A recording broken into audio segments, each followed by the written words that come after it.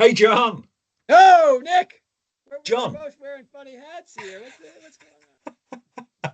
I it's like we've just come from band practice, but for very different bands.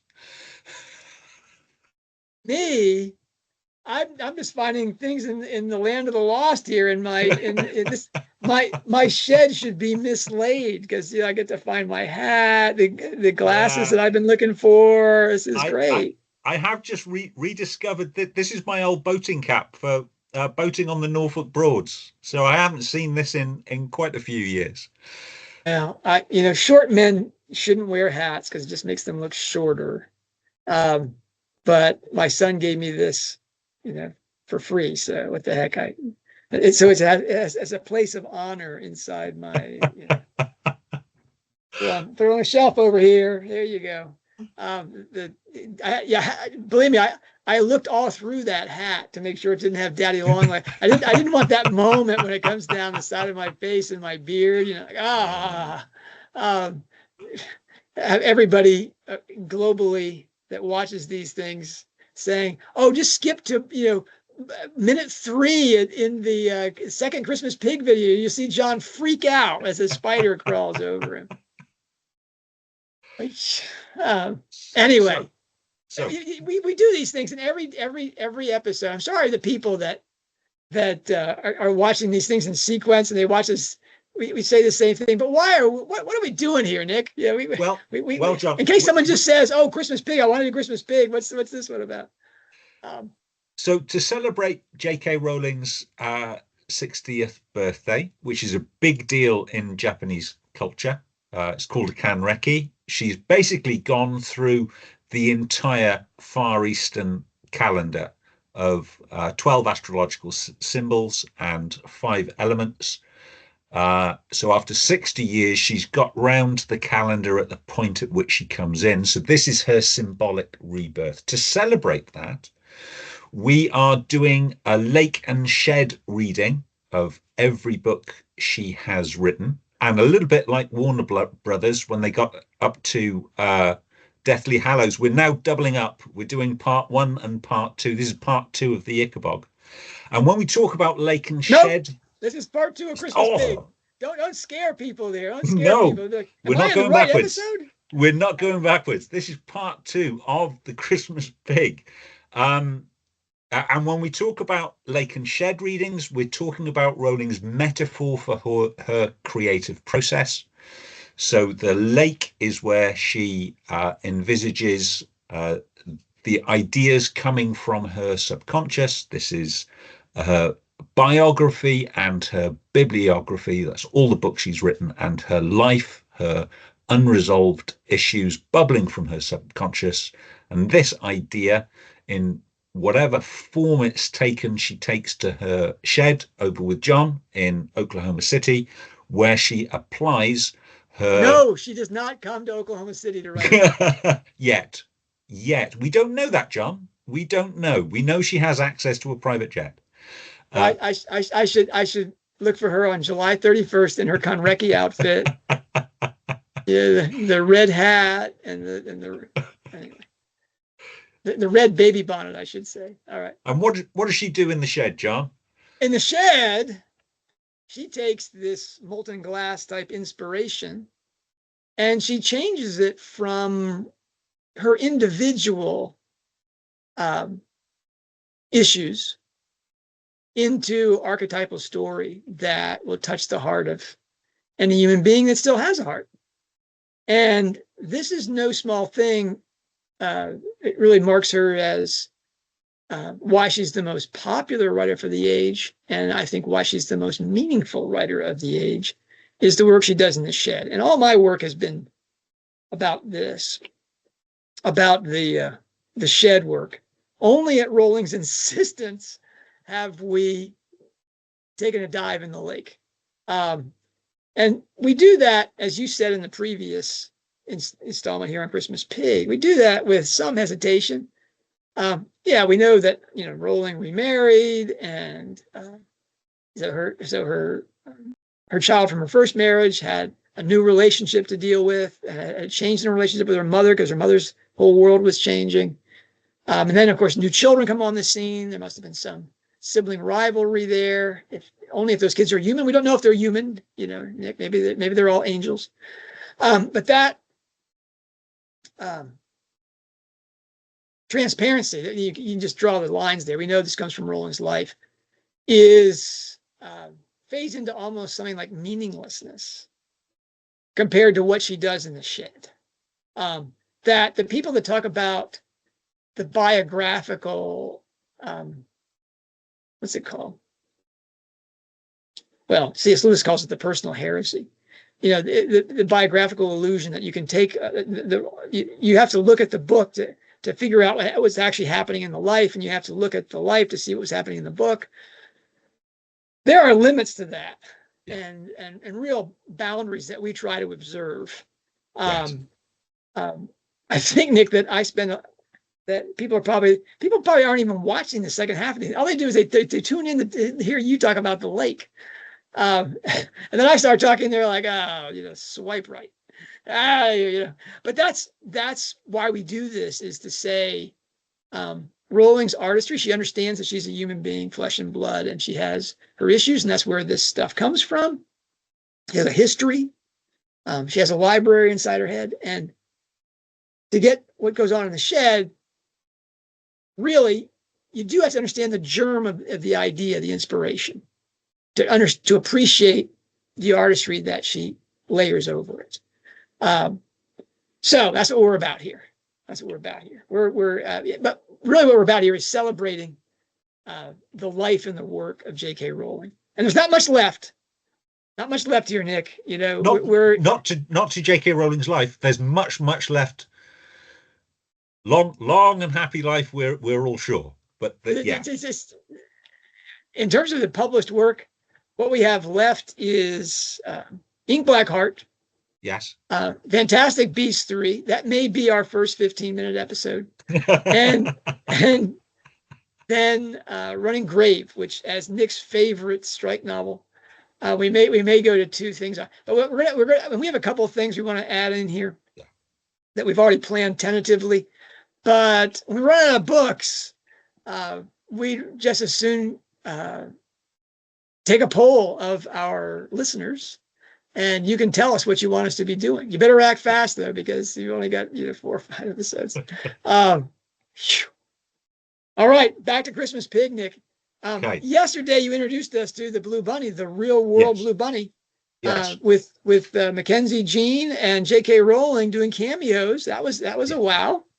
But really, you got the Blue Bunny doing a Dobby and living, just as Dobby, we hope, went to heaven, so did the Blue Bunny.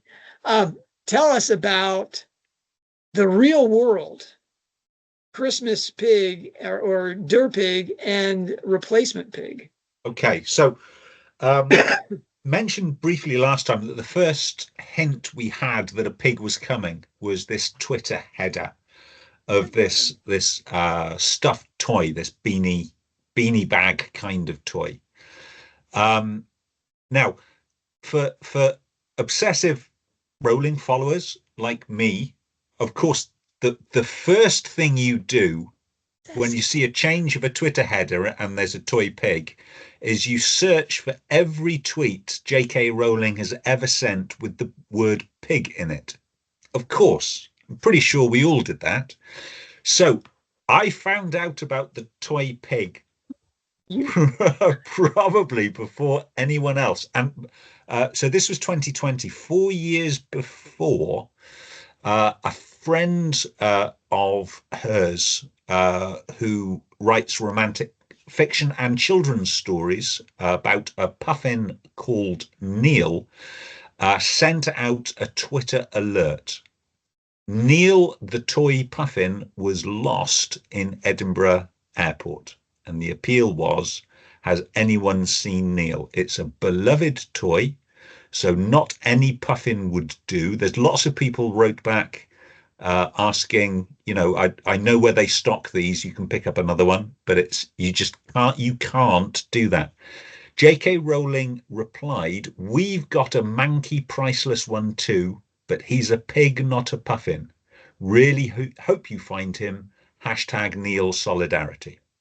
Um, to the people who were worried, Neil was found safe and well. That was the first we hear of the real Christmas pig. The pig that was displayed as the Twitter header was not a new but a fairly good condition pig.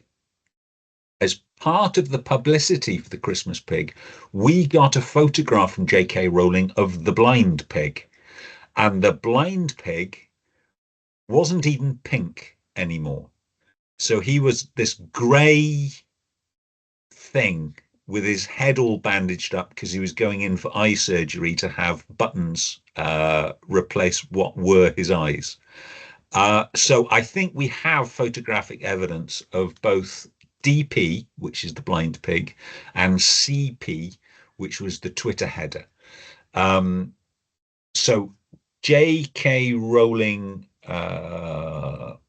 wrote on her website as an explanation for the inspiration for the story. The story was inspired by my dread of David losing his beloved pig for good. So David had a habit of hiding his pig in drawers and underneath things for safekeeping. So it was always a bit of a scramble before bedtime to reunite boy and pig together so that they could go to bed. And gradually I became interested in what it would mean to be a replacement toy, knowing that you couldn't ever be quite what the original was, with all its many associations and memories. Slowly, the land of the lost started to take shape. So J.K. Rowling actually bought a replacement pig, a backup pig, because she was certain that David eventually was going to completely lose his pig. David actually discovered the replacement pig and then convinced himself that they were brothers. So he now has two pigs. We don't know their real names. That they've been protected to protect the innocent. But he has at least pig and replacement pig, and that's the inspiration. That's the idea behind the story. Except it isn't, is it? Because David never lost the pig. So I want to say, Nick, that this is going to be a euphemism that comes into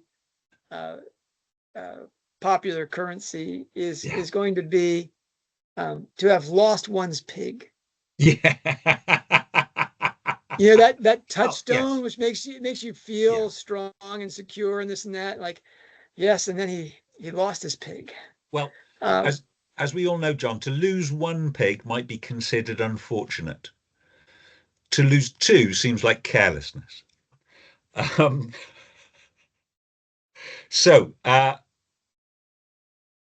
where did J.K. Rowling get the idea for the loss of the toy? So this is the toy being thrown out of a moving car and lost forever. And I think, and I wrote it up on Hogwarts Professor, but I have at least convinced myself I know where J.K. Rowling got that story idea from. So American viewers will be familiar with the name Mr. Rogers as a children's TV presenter.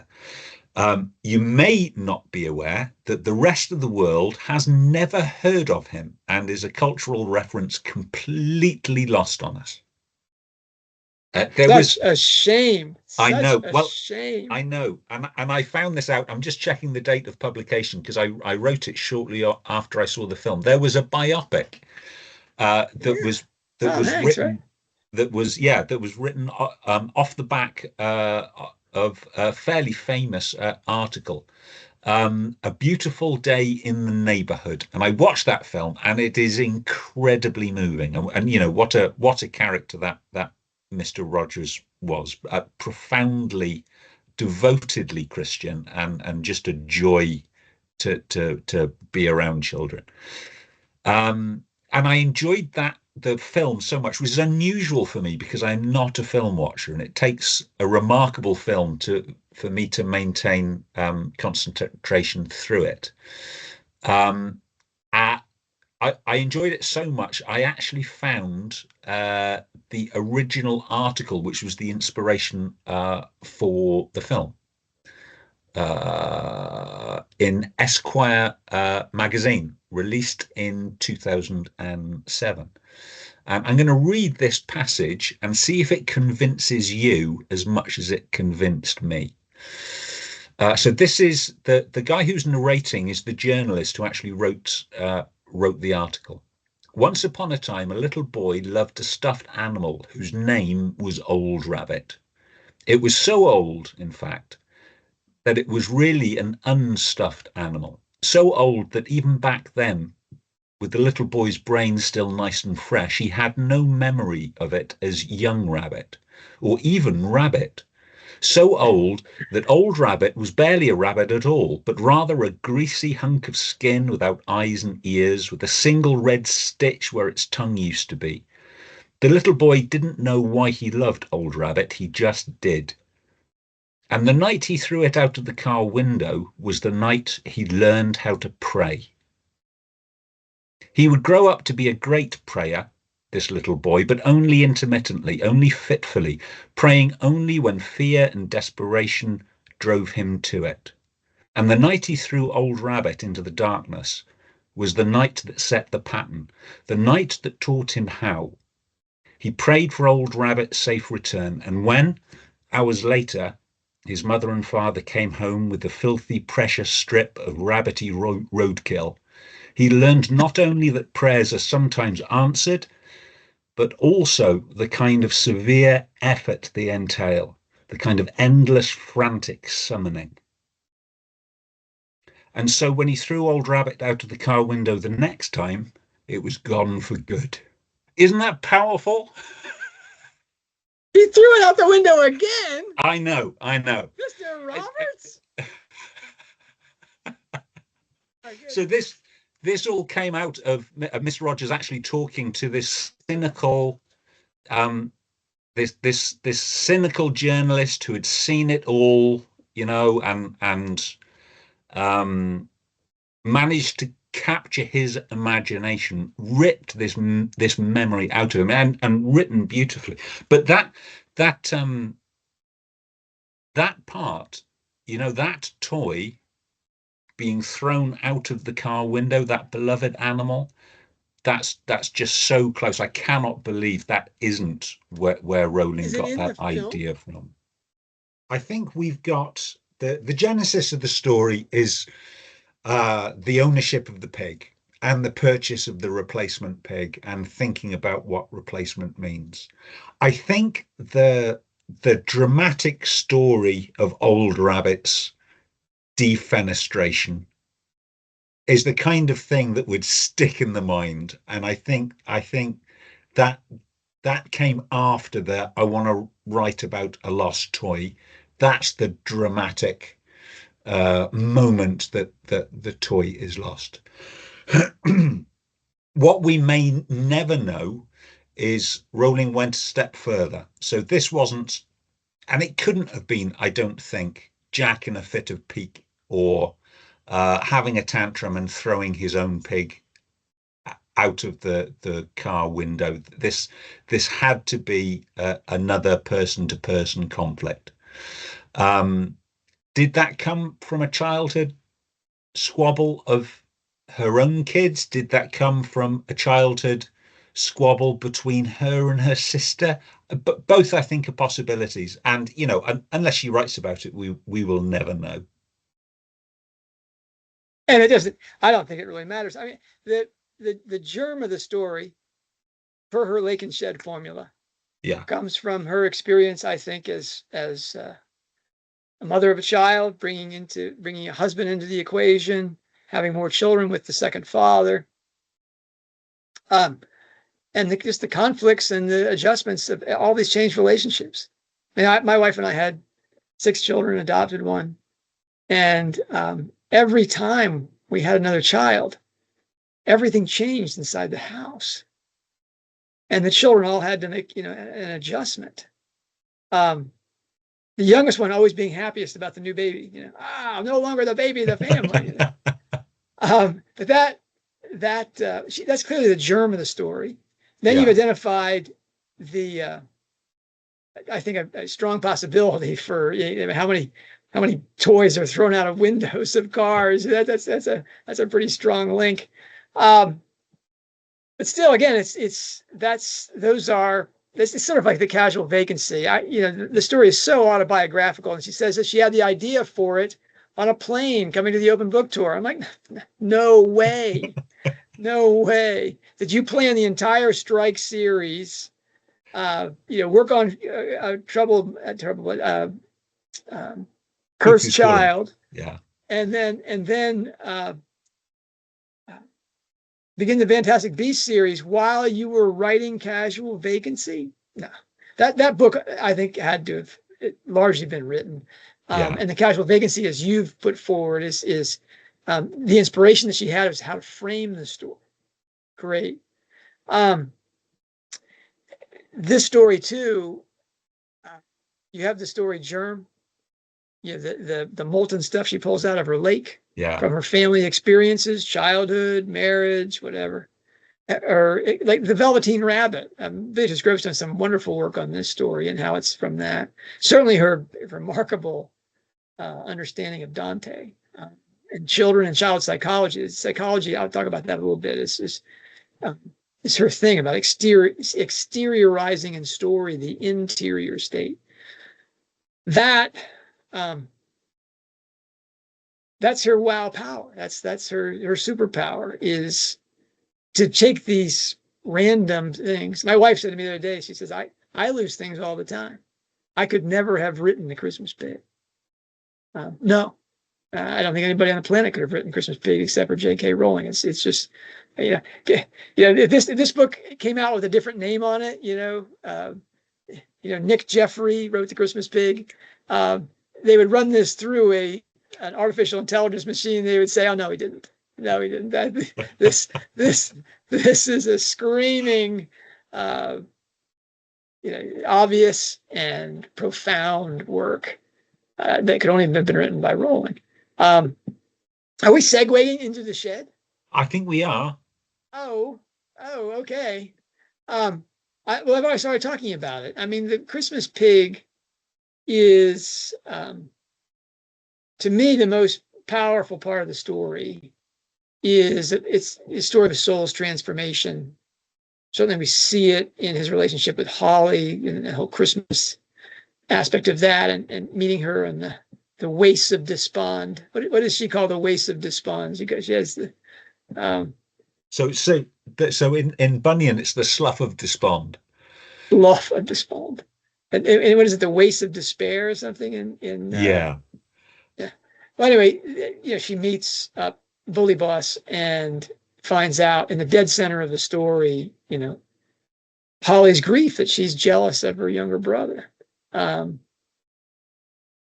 Magnificent story of transformation. Love it. But we get a scene in the City of the Mist, which I think probably a lot of readers go through very quickly. It's very involved. And that is the debate about whether Jack and CP will be fed to the loser or whether they'll be set free to do what they want to do, to find DP. And that scene is the real Psychomachian scene, where we get exteriorization of man's interior life in an allegorical form. And it's Bunyan-esque, certainly, in that the characters are named: hope, happiness, memory, ambition. Yeah, this is not a scratch your head moment. Wonder who that could represent. I mean, she's making them all wear cardboard signs, but that is an example of her exteriorization. Now, Beatrice Groves has written about this, and there are two other authors that have written about this, and but it's something that when someone points this out to you, you say, well, of course, That's what Rowling does. If you're familiar with her Harry Potter stories, we get this in the pensieve, certainly. You get literally this memory dragged out of somebody's head, and you get to enter into it. You exteriorize a memory, and you get to walk around inside of it. The Bogart and its effect on people, where their fears come out and take a shape. That's a big deal. And then there's the Patronus, which is really kind of like the heart's essence is projected out into the world, and everybody gets to experience it. And Rowling, that's what Rowling is doing in the story, certainly with her soul triptych in that story, and the male and female aspects, soul and spirit, in Hormone Strike. In this book, the exteriorization is a little more obscure. But here's the thing: is that Evan Willis drilled it. Rowling is highlighting psychological interior elements, which is to say her characters' fears, desires, repressed emotions, for her readers to look for in character behavior and language, in addition to what can be seen in her exteriorizing devices that we've talked about, the pensieve and the Bogart and the Patronus stuff. In Christmas Pig, as Evan Willis first discussed, Rowling is, by her own admission, using the toy pig as a symbol in light of the significance of childhood stuffed animals as transitional objects. And this is from an interview she did. She said, psychologists call these treasured toys transitional objects, which can soothe children and act as a comforting stand-in for a parent when needed. That's quite a clinical way of looking at it, though. I see these toys as invested with a certain kind of magic. They may come to us formed, but we remake them in our own image, investing them with characteristics of our own and idealized personalities. In effect, that they're exteriorizations of our interior life. Now, if you want to talk about the 4 levels of meaning in Christmas Pig, and I do, the chief anagogical meaning, you start off with Jack's toy pigs, both DP and CP in the end, as the exteriorizations of his spiritual heart. Okay, this logos light within everyone, which in Rowling's creative work are almost without exception physical representations of the God who is love via story symbols of a mother's unconditional and sacrificial love. Jack Jones has exteriorized his mother's love into his psycho-spiritual symbiote or transitional object, Pig or DP. Note that he, when very young, fell asleep every night sucking Pig's ear. DP is a pacifier in the sense that he takes the place and comes to represent his mother's nourishing nipple, the source of his union with and nourishment from his loving point of origin. I mean, Rowling says it's about parents. It's about mom. Okay. When DP disappears, Jack only wants his mother to return and becomes unhinged in being separated not only from mom, but from his totem for her love. She, of course, is the person who finds him beneath the tree in the only chapter, Home, of part 7.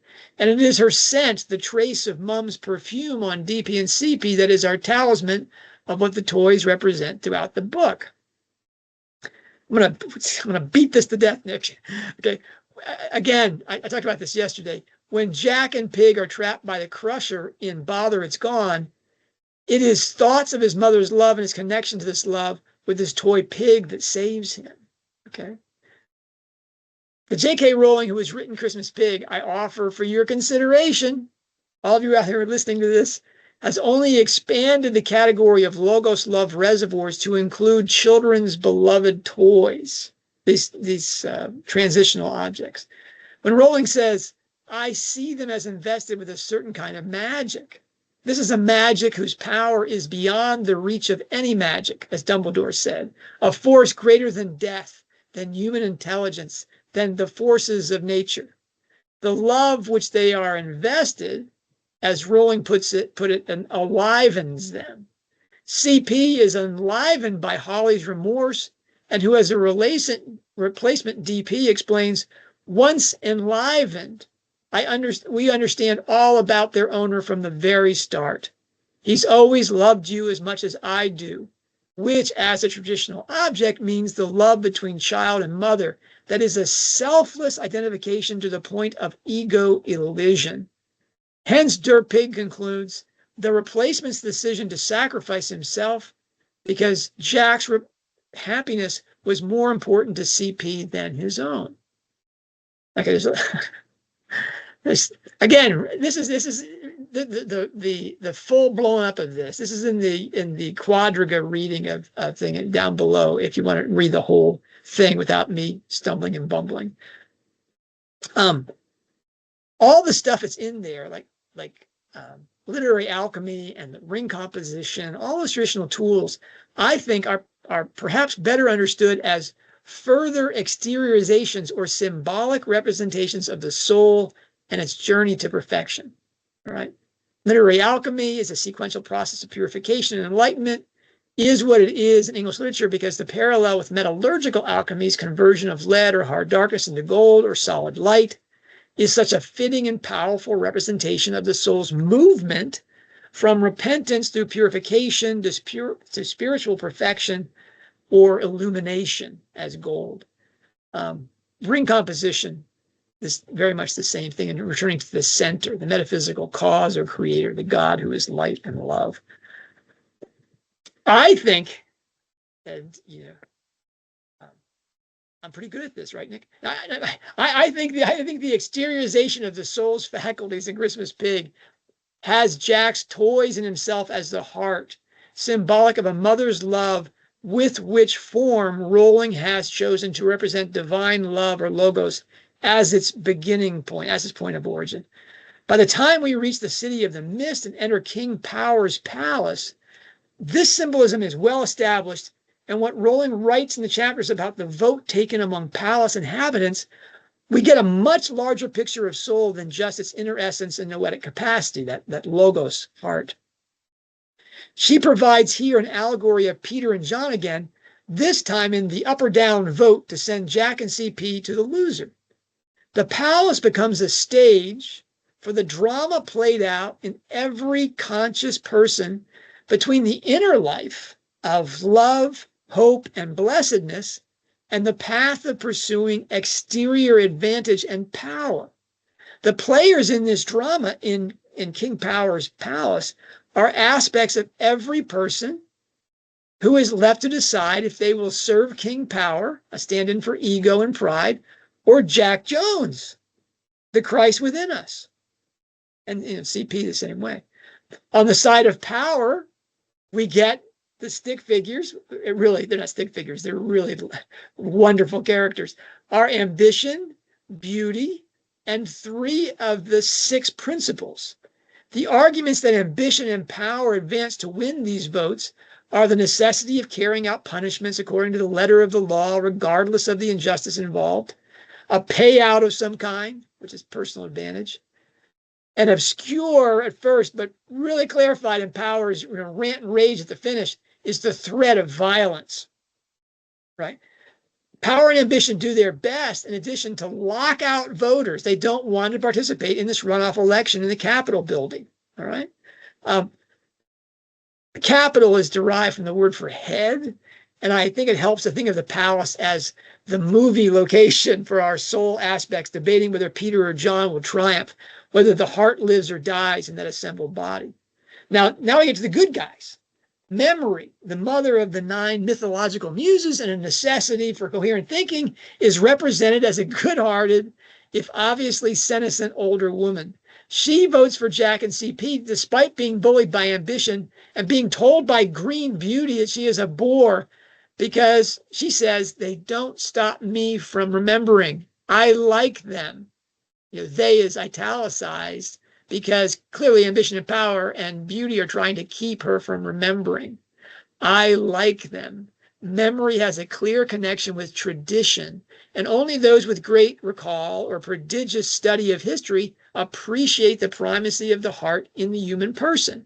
It's something which is never taught in schools, or, anywhere. It's our courts, our media, our this and that, other than stories like Harry Potter, the Christmas Pig, and Corpus Strike. The primacy of the heart in the human person is something that we don't know except from within.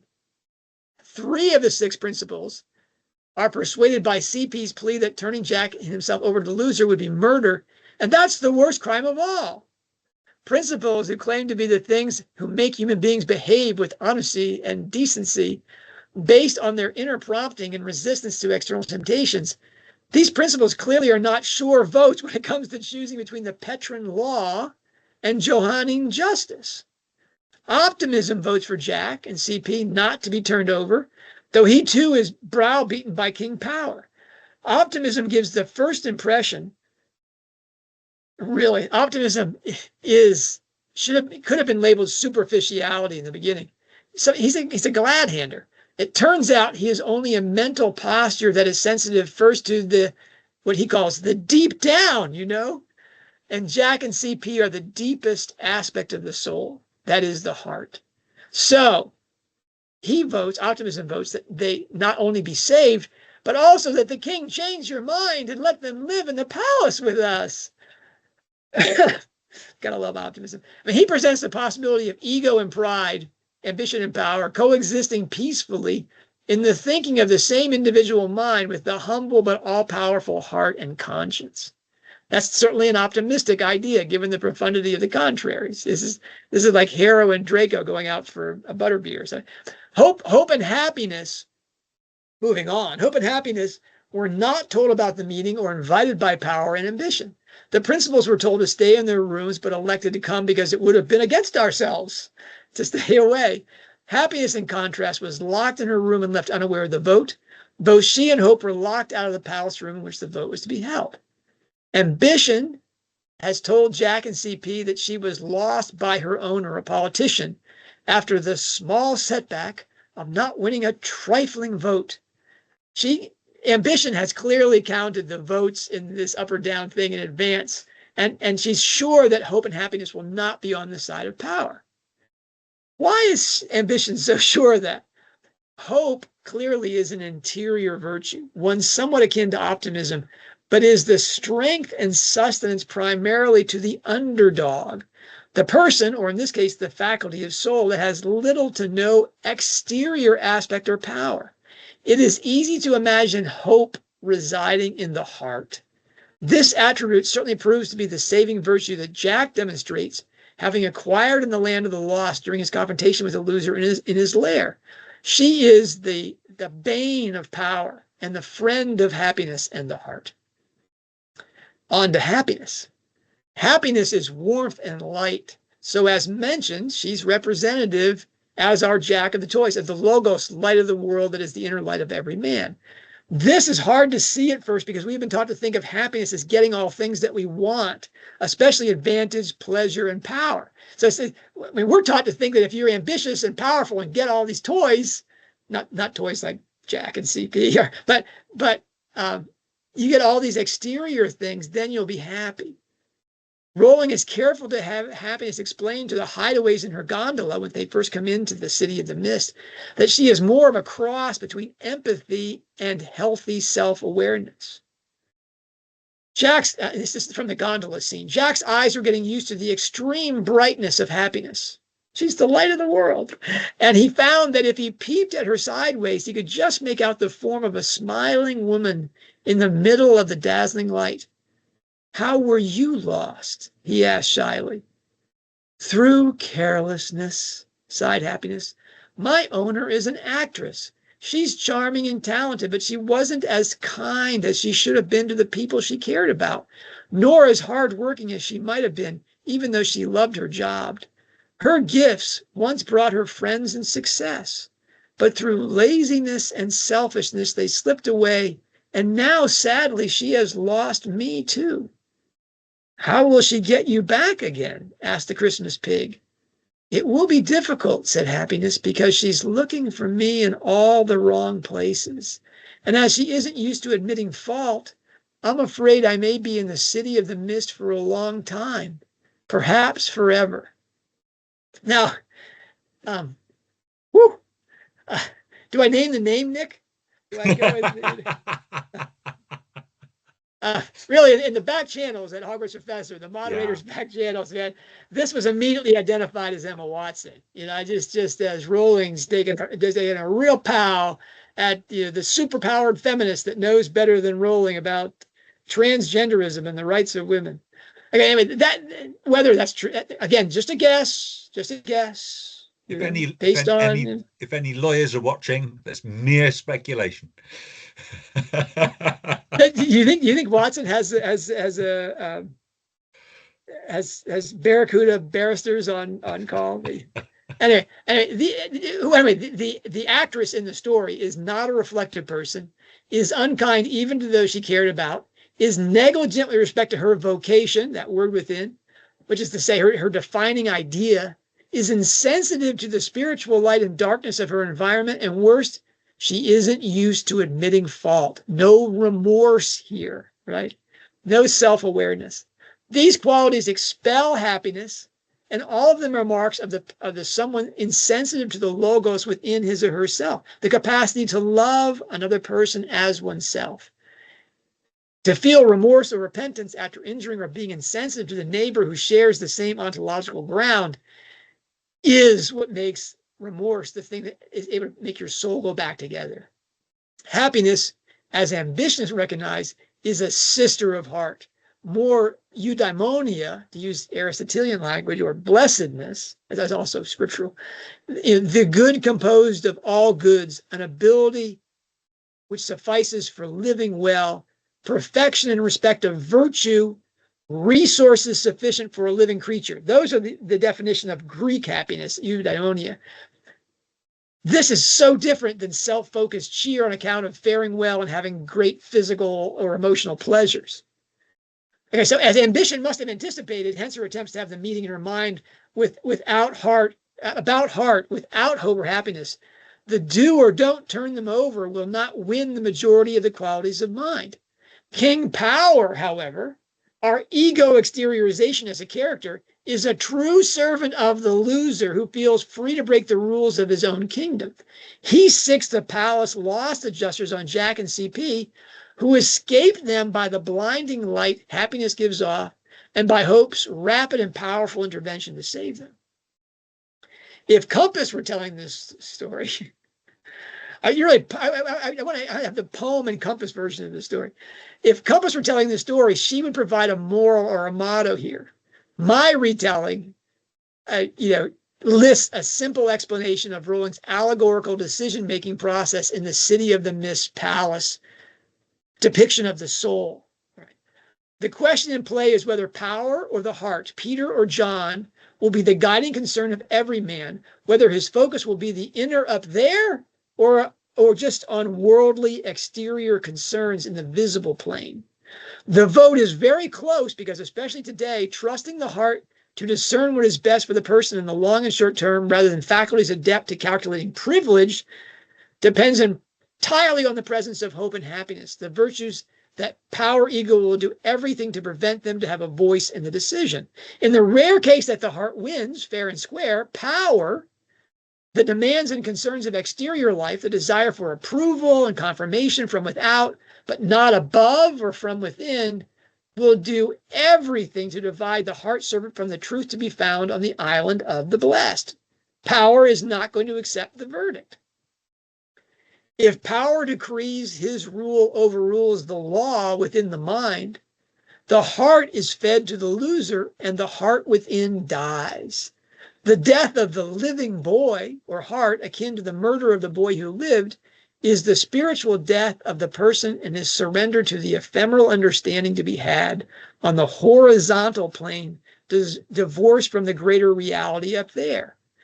The light of happiness and the wings of hope deliver the heart from the dualistic or disintegrating forces serving ego and pride, the powers of corruption and alliance against the heart. They take them off to a paradise well removed from the palace of the soul and its capacities. Heart learns the truth necessary to defeat the loser Satan, a shade of life without the inner life of love logos, and returns to the greater reality up there in which the heart can experience and accept the love of the father, which is here the mother, and of its brother, who is his stepsister. This is the medieval morality play, Nick. This is very much like the Chamber of Secrets confrontation between Harry the Heart saving his best friend's sister from the memory of an ego that never knew his mother's love. Not to mention the ties to memory, ambition, and beauty. Did you is your mental picture of beauty, Nick, Gilderoy Lockhart? I mean, other than being green, I really was having a Gilderoy moment there. Okay. Really, when you write about Rowling's shed artistry, you're really writing about Rowling as a sacred artist depicting the soul's journey to perfection in the spirit.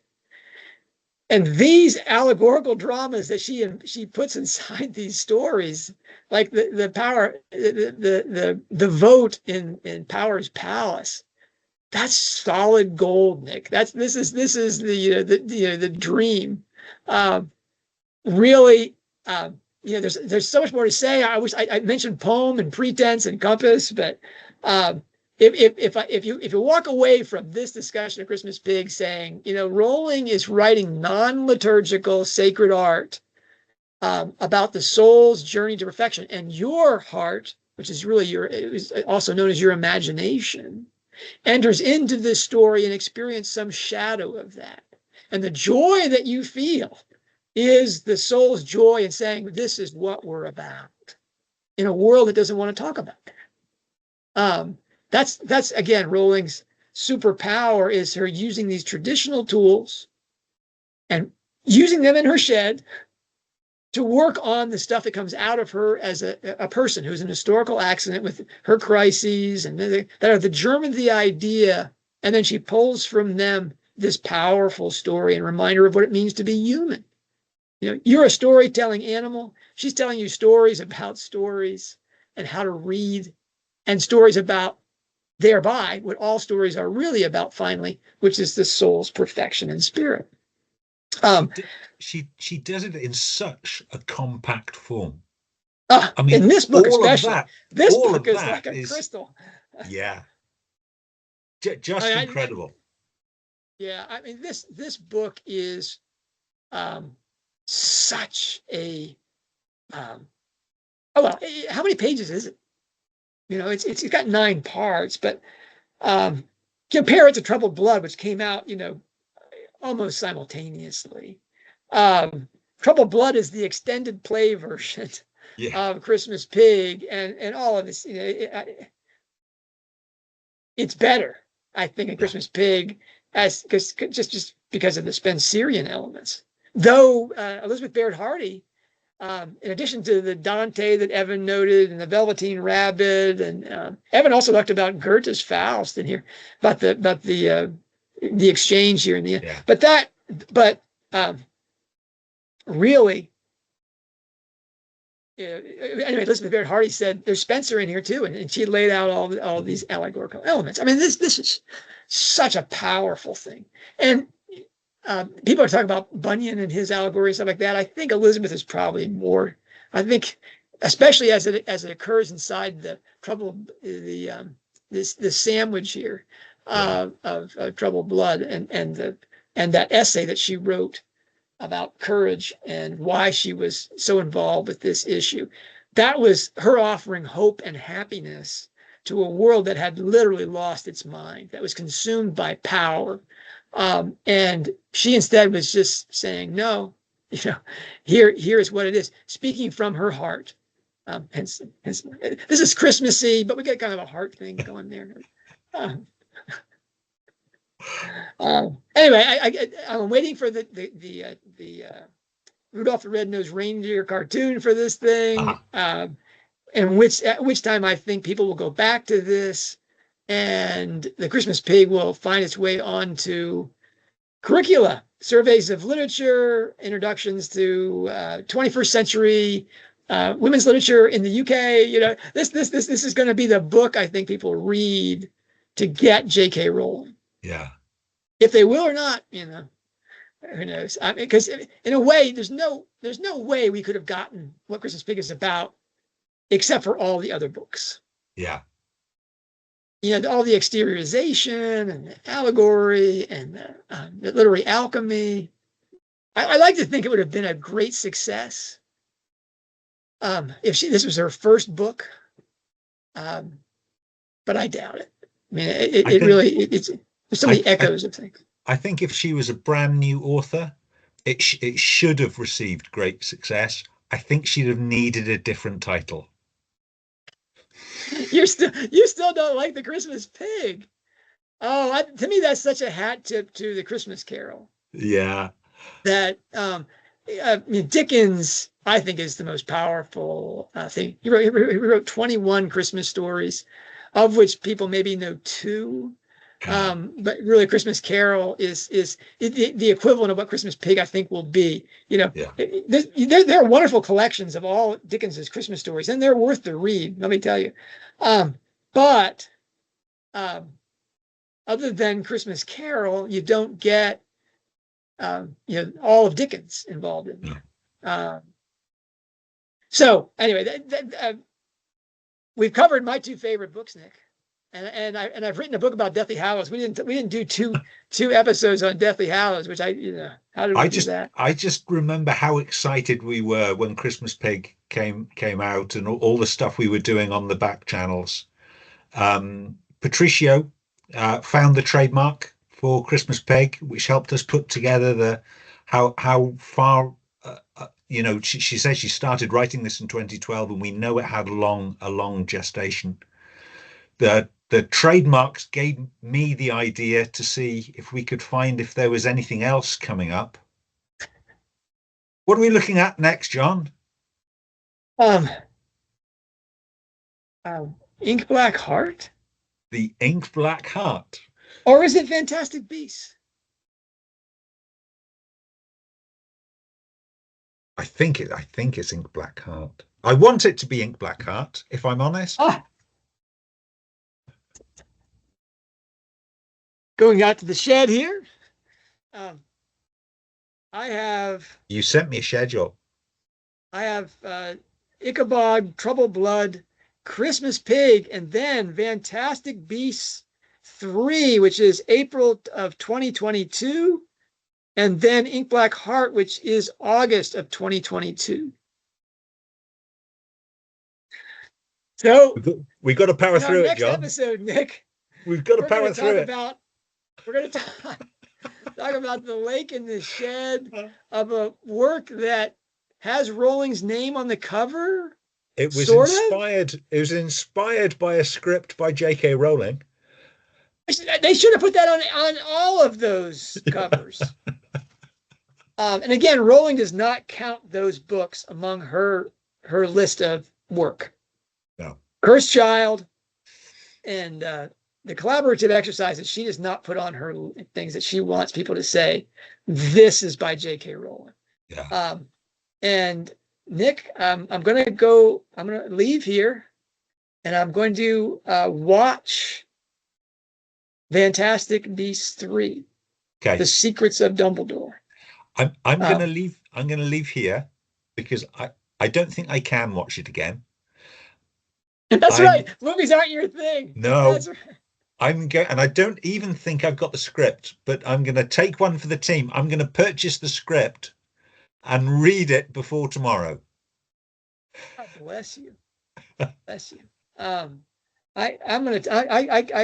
think I've read it, but I'm going to just watch that. So all you beasts bullies out there. Yes, we're disdainful and dismissive of what Hollywood does to Rowling shooting scripts. But don't let us put you off. That's right. Come on, watch us tomorrow. That's right. Show us, leave in the comments how wrong we are. I love a good, because I know that I'm missing a lot, especially those scenes where they slip between dimensions. I think that may be the most important and most meaningful thing about Rowling's beneath, behind, and within stuff. So I'll probably talk about that tomorrow in the shed, artistry, Nick. I look forward to it. See you tomorrow, John. Here.